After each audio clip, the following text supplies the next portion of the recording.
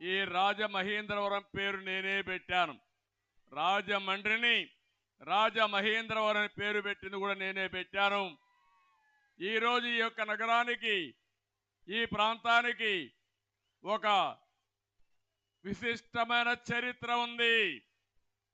ఇక్కడి నుంచి నన్నయ్య గారైతే భారతాన్ని అనువదించాడు. వీరేశలింగం గారు ఇక్కడి నుంచి సంస్కరణలు ప్రారంభించారు. ఎవరైతే ప్రకాశం పంతులు ఇక్కడే మున్సిపల్ చైర్మన్ గా పనిచేసి బ్రిటిష్ వాడికి గుండె చూపించి నీకు చేతనైతే కాల్చమని చెప్పిన ధైర్యశీలి ప్రకాశం పంతులు. అలాంటి మీ దగ్గరికి నేను వచ్చా. ఈరోజు నేను కదిలిరా పిలిపించాను. మీకందరికి అనిపించవచ్చు ఇది నా కోసం